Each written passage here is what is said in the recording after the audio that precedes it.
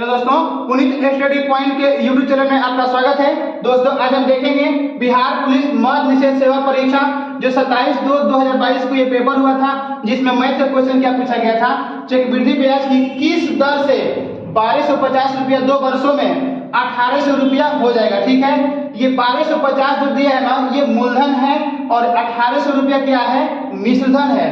पहला बात। दूसरा बात क्या है कि अगर यहाँ पे 2 वर्ष टाइम दिया रहता है ना तो स्क्वायर सोचते हैं, अगर 3 वर्ष टाइम दिया रहता है ना तो इसका हम क्यू सोचते हैं। ठीक है, तो इसका बेस्ट तरीका क्या है आर निकालने की, कि क्या करते हैं कि मिश्रधन को ऊपर लिख देते हैं। ठीक है, क्या करते हैं, मिश्रधन को ऊपर लिख करके मूलधन को नीचे लिखते हैं। यहाँ पे क्या हो जाएगा, मूलधन। ठीक है, तो अब इसको मान कर रखेंगे, इसका जो भी मान दिया है मिश्रधन कितना, तो 1800 रुपया है, तो 1800 बटा क्या, मूलधन कितना दिया है 1250।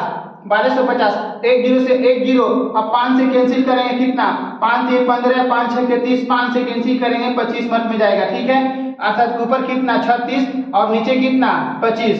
देखिए 36 किसका स्क्वायर होता है 6 का, 25 किसका होता है 5 का। अगर हम चाहें तो ऐसे भी लिख सकते हैं। टाइम हमको मिल गया कितना, 2 वर्ष जो ऑलरेडी यहाँ पे दिया हुआ है। ठीक है, हमको निकालना क्या है, तो आर का मान निकालना है ना। तो देखिए 5 की राशि 6 हुआ, कितने बढ़ा, तो 1 बढ़ा। कितने से बढ़ा, तो 5 से बढ़ा। परसेंटेज के लिए क्या करेंगे, 100 से गुणा कर देंगे। जब 5 100 को काट रहे कितने मत में, तो 20%। ठीक है, 20% की मान निकल कर आ गया मेरा आर का मान, और यही मेरा क्या हो जाएगा, तो राइट आंसर हो जाएगा। आइए क्वेश्चन 2 को देखते हैं।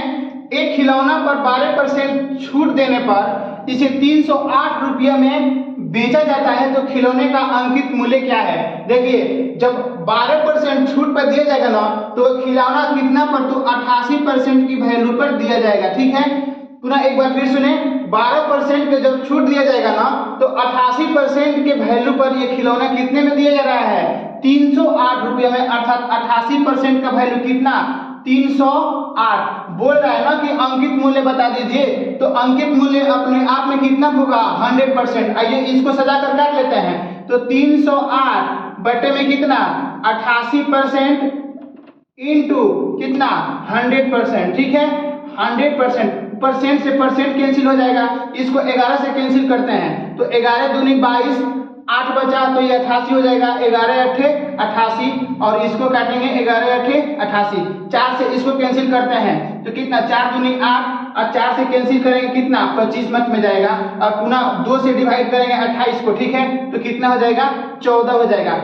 फाइनली हमको क्या मिला, तो 25 इंटू 14, तो 25 में 14 से जब गुणा करेंगे तो 25 चौका 100 के 0, हाथ में कितना बचा 10, तो 25 एकम 25, 25 और 10 कितना 35।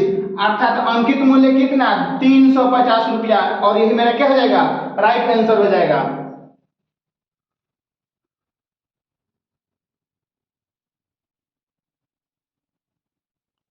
आइए क्वेश्चन 3 को देखते हैं। 10 मीटर इंटू 5 मीटर बीमा वाली एक कमरे में रखे जा सकने वाली सबसे लंबी छड़ की लंबाई क्या होगी। देखिए ये क्या है, L है, ये B है, और ये क्या है, H है। अगर किसी भी कमरा में आप रखते हैं लंबा छड़ या लंबा बांस दिया रहता है, तो उसके हम विकर्ण पर रखेंगे ना, तो सबसे लंबा बांस या छड़ की लंबाई को रख सकते हैं। तो करेंगे क्या कि जो ये कमरा है ना, इसका हम विकर्ण निकाल देंगे, अर्थात विकर्ण पर ही सबसे लंबी छड़ को हम रख सकते हैं। तो क्या लिखेंगे कि कमरे की विकर्ण क्या होता है, root under L square plus B square plus H square. ठीक है, विकर्ण क्या होता है, root under L square plus B square plus H square. अब इसको मान को हम रखेंगे, रूट है तो रूट L स्क्वायर कितना 10, तो 10 का स्क्वायर कितना हो जाएगा 100, प्लस B स्क्वायर, B का मान कितना 10, तो 10 का स्क्वायर कितना 100, प्लस H स्क्वायर, H का मान कितना 5, तो 5 का स्क्वायर 25। अब इसको हम जोड़ लेंगे। ठीक है, तो 100 100 200 और 25 कितना 225। किस में जाएगा, ये रूट में जाएगा। 225 कहाँ जाएगा, तो रूट में जाएगा। और 225 किसका स्क्वायर होता है, तो 15 का। ठीक है, 225 किसका होता है 15, अर्थात कितना राइट आंसर आ जाएगा 15 मीटर। अर्थात जो छड़ की लंबाई है वो कितना है 15 मीटर, और ये मेरा क्या हो जाएगा, राइट आंसर हो जाएगा। आइए क्वेश्चन 4 को देखते हैं। एक समचतुर्भुज जिसकी एक भुजा 20 सेंटीमीटर तथा एक विकर्ण 24 सेंटीमीटर है, तो बोल रहा है ना कि समचतुर्भुज की क्षेत्रफल निकालना है। हम जानते हैं कि समचतुर्भुज की चारों भुजाएं क्या होती है, बराबर। तो जब एक भुजा 20 सेंटीमीटर दिया है तो टोटल भुजाएं अर्थात चारों भुजाएं 20-20 का हो जाएगा, ठीक है। इसमें का एक विकर्ण दिया है कितना, 24 सेंटीमीटर। हम ये भी जानते हैं कि समचतुर्भुज के जो विकर्ण होते हैं ना, एक दूसरे को लंब सम विभाजित करते हैं, अर्थात यहाँ पे एक 90 डिग्री का एंगल बनता है और ये दूरी बराबर होता है इसके और ये दूरी बराबर होता है इसके।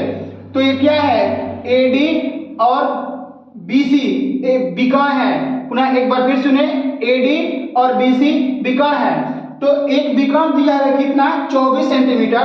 जब ये लंब सम विभाजित करेंगे तो क्या 12-12 में नहीं बढ़ेंगे, 12-12 में है ऑलरेडी बढ़ जाएंगे, ठीक है। तो अब क्या करेंगे कि समचतुर्भुज के क्षेत्रफल पूछ रहा है, तो क्या होता है 1/2 D1 into D2।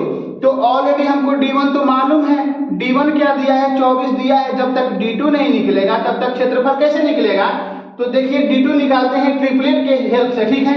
एक बेसिक ट्रिपलेट क्या होता है, तो 3, 4, 5 का एक बेसिक ट्रिपलेट होता है।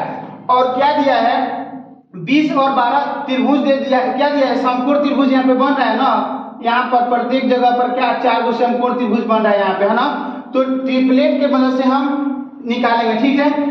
एक बेसिक ट्रिपलेट कितना होता है, 3, 4, 5। इसी को ना क्या किया है, चरगुना कर दिया है, ठीक है। इसी को चरगुना कर दिया है यहाँ पे।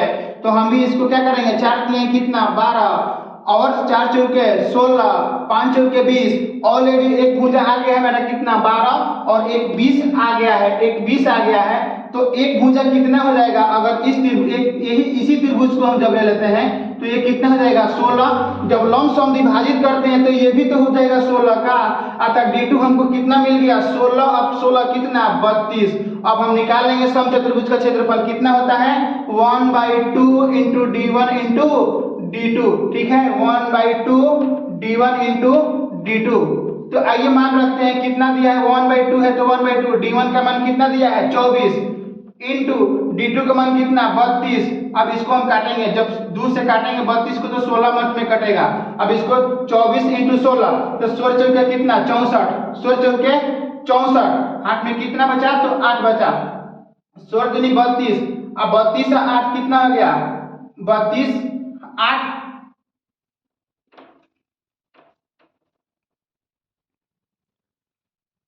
सॉरी लाइट कट गया था, ठीक है। तो आइए पुनः इसको हम गुणा कर लेते हैं कितना 24 और 16 में। तो 16 में और 24 में जब गुणा करेंगे तो 16 चौके कितना हो जाएगा 64। तो 64 के 4 लिखेंगे और रिमाइंडर कितना बचा 6। पुनः अब 16 में 2 से गुणा करें, 16 दूनी 32 और 6 कितना हो जाएगा 38, ठीक है। 32 और 6 38। तो 384 ये किस में है सेंटीमीटर में है और क्षेत्रफल स्क्वायर में होता है। तो कितना हो जाएगा 384 सेंटीमीटर स्क्वायर मेरा क्या हो जाएगा इस समचतुर्भुज का क्षेत्रफल हो जाएगा। आइए क्वेश्चन 5 को देखते हैं। एक हॉल का फर्श आयताकार है, ठीक है। हॉल का फर्श कैसा है आयताकार है। इसकी लंबाई 45 मीटर तथा चौड़ाई 36 मीटर है। हॉल फर्श को कवर करने के लिए 6 मीटर इंटू 5 मीटर आकार के कितने कारपेट की आवश्यकता होगी। देखिए मानते हैं कि कारपेट की संख्या n। क्या करेंगे कि आयत का क्षेत्रफल निकाल के इस कारपेट के क्षेत्रफल से भाग कर देंगे ना, तो टोटल कारपेटों की संख्या निकल जाएगी। तो कैसे लिखेंगे, तो मानते हैं कि कारपेटों की संख्या n। अब क्या करेंगे कि आयत जो आयताकार आकृति है ना, फर्श जो फर्श है उसका क्षेत्रफल निकालेंगे। तो लंबाई और चौड़ाई दिया है तो लंबाई चौड़ाई में गुणा कर देंगे। तो कितना दिया है 45 गुने कितना 36 बट्टे क्या करेंगे ये कारपेट का जो लंबाई चौड़ाई दिया है ना इसी से भाग कर देंगे। तो 6 इंटू कितना दिया है 5, ठीक है। अब इसको हम काट देंगे। तो 6 से काट देंगे 6 6 रहेगा 36 और 5 से 45 को काटेंगे तो 9 बचे 45। कितना हो जाएगा 9 छक्के 54। कितना 9 छक्के 54 अर्थात टोटल कारपेट की संख्या कितनी होगी 54 और ये मेरा क्या हो जाएगा राइट आंसर हो जाएगा। अर्थात आयताकार जो हॉल है उसका क्षेत्रफल में जो ये कारपेट का क्षेत्रफल से भाग कर देंगे तो क्या निकलेगा टोटल कारपेटों की संख्या, ठीक है। आइए क्वेश्चन 6 को देखते हैं। निम्न में कौन सर्वसमता की एक प्रतिबंध नहीं है? देखिए सर्वसमता के बारे में क्वेश्चन दिया था, ठीक है। तो दो त्रिभुज सर्वांसम कब होती है? जब साइड साइड साइड अर्थात दोनों त्रिभुज की तीनों भुजाएं जब बराबर हो तो सर्वांसम हो जाएगी। दूसरा शब्द क्या होता है? साइड एंगल साइड, अगर दो भुजा एक कोण हो तभी सर्वांसम होगा। पुनः तीसरा क्या है? एंगल साइड एंगल, ये भी दो त्रिभुज क्या होंगे? सर्वांसम होंगे। और एक होता है RHS राइट हाइपोटेनियस साइड अर्थात समकोण त्रिभुज पर, ये लागू होता है दो समकोण त्रिभुज पे, ठीक है। तो देखिए यहाँ पे पूछा गया था कि कौन सर्वसमता की प्रतिबंध नहीं है। तो देखिए भुजा भुजा भुजा अर्थात क्या? साइड साइड साइड, ये तो है। देखिए सेकेंड क्या है? भुजा कोण भुजा, भुजा कोण भुजा, इसमें कहा दिया है? भुजा कोण भुजा, भुजा कोण भुजा सेकेंड वाला है, ठीक है। तो ये भी तो शर्त है। भुजा भुजा कोण, इसमें कहा दिया है? भुजा भुजा कोण कहीं है अर्थात डबल एस के बाद से ए नहीं है। तो देखिए ये प्रतिबंध नहीं है, ठीक है। कोण भुजा कोण, कोण कोण भुजा कोण ये है अर्थात ये भी है, ठीक है। तो भुजा भुजा कोण वाला जो प्रतिबंध है ये मेरा गलत दिया है, ठीक है। आइए क्वेश्चन नंबर 7 को देखते हैं। एक पासे को फेंकने पर विषम संख्या प्राप्त होने की प्रायिकता क्या होगी? देखिए पासे में एक से लेकर कितना संख्या होती है? 6 होती है। 1 2 3 4 5 6 और इसमें छापना क्या है? विषम संख्या। तो एक ये विषम हो गया, ये विषम हो गया और ये विषम हो गया। तो देखिए बोल रहा है ना कि विषम होने की प्रायिकता क्या है? तो टोटल कितने अंक होते हैं? 6। तो 6 में कितने विषम आने की चांस है? 1 2 3, ठीक है। तो कर देंगे क्या? 3। अब इसको काटेंगे, 3 दूनी 6, 1/2, ये 3 एकम 3 और 3 दूनी कितना? 6, 1/2। प्रायिकता कितने? विषम अंक आने की प्रायिकता कितनी हो जाएगी? 1/2 और ये मेरा क्या हो जाएगा? Right answer. अगर ये वीडियो आपको अच्छा लगे तो कृपया मेरे चैनल को सब्सक्राइब करें, बेल आइकन को दबा दें ताकि नोटिफिकेशन से पहले आप तक पहुंचे।